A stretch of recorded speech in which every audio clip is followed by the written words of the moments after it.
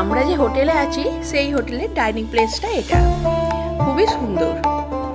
চলো, খুব জোর খিদে পেয়েছে, আজকে লাঞ্চে কি কি আছে দেখা যাক।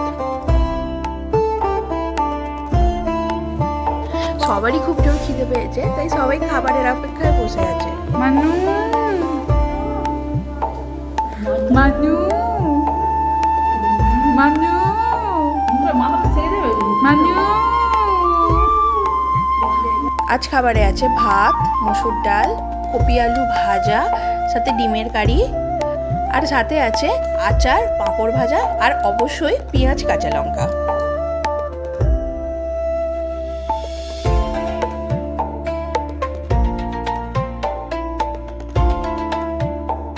আর এই খাবারের সাথে সাথে আছে এই ভিউ।